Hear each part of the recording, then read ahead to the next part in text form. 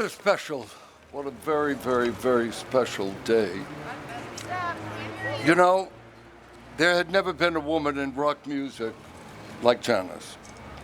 That was so evident from the first time I saw her on stage, grasping the microphone stand and vibrating like it was sending an electric current through her whole body, whipping that unruly hair around and letting out that sound from deep in her gut.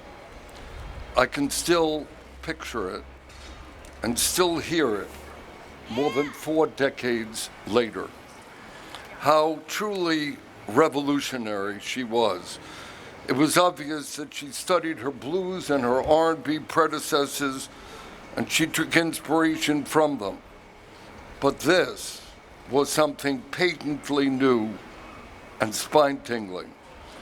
She was doing for women in rock what Aretha was doing for women in soul, rewriting all the rules for what was possible and what was permissible.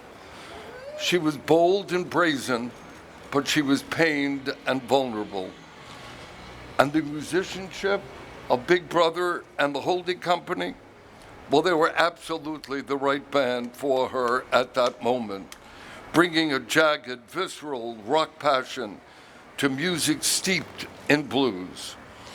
It was riveting. It was unprecedented.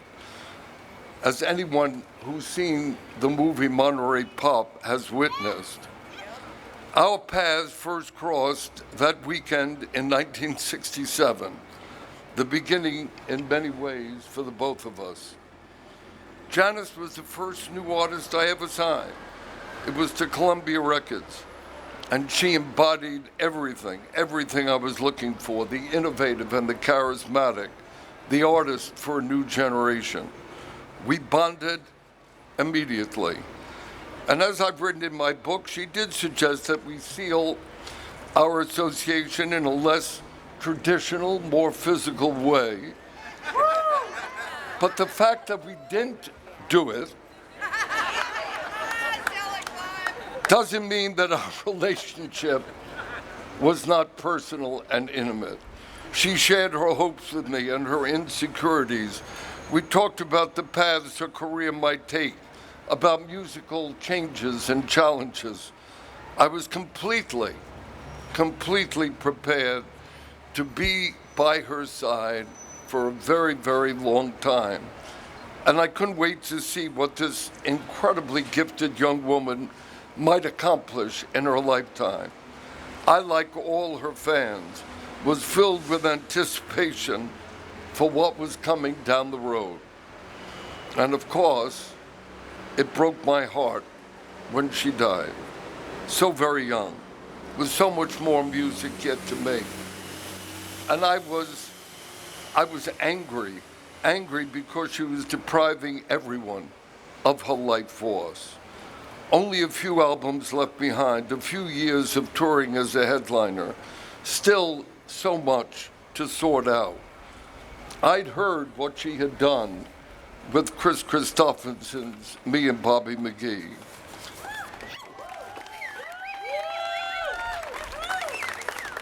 What a radical, rousing, and tender interpretation. What a last statement to make.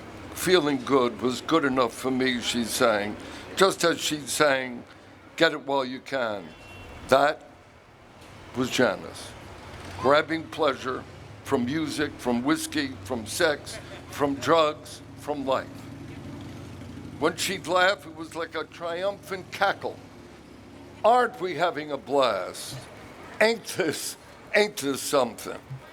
This contradictory chick from Port Arthur, Texas, was at the top of the rock world. She was unapologetically herself, and everyone embraced that. And Janis would have gotten the biggest kick about being on the Hollywood Walk of Fame. Think of what it was like when she was growing up, what stars were like. Glamorous and polished, conventionally beautiful creatures. She wasn't anything like that. But that didn't matter. She helped change what we perceive star quality to be. And I'm so glad that her star is going to be on this street for everyone to see. I think she'd laugh that laugh, maybe take a swig of Southern Comfort, and then say something outrageous, something hilarious, something touching. I can't tell you how many artists I've met over the years who, when I ask who inspired them, they say Janis Joplin. She just kicked that door wide open for generation after generation. Even today, I hear a band like Alabama Shakes or an artist like Pink, or I see one female singer after another on The Voice or American Idol or X Factor, and they sing a song that Janis owned, and I know her spirit is still with us. Nothing was the same for me after I first saw Janis Joplin. And nothing was the same for women who wanted to be rock stars. So it is my great personal honor to be asked to speak today to help pay tribute to Janis and welcome her to the Hollywood Walk of Fame.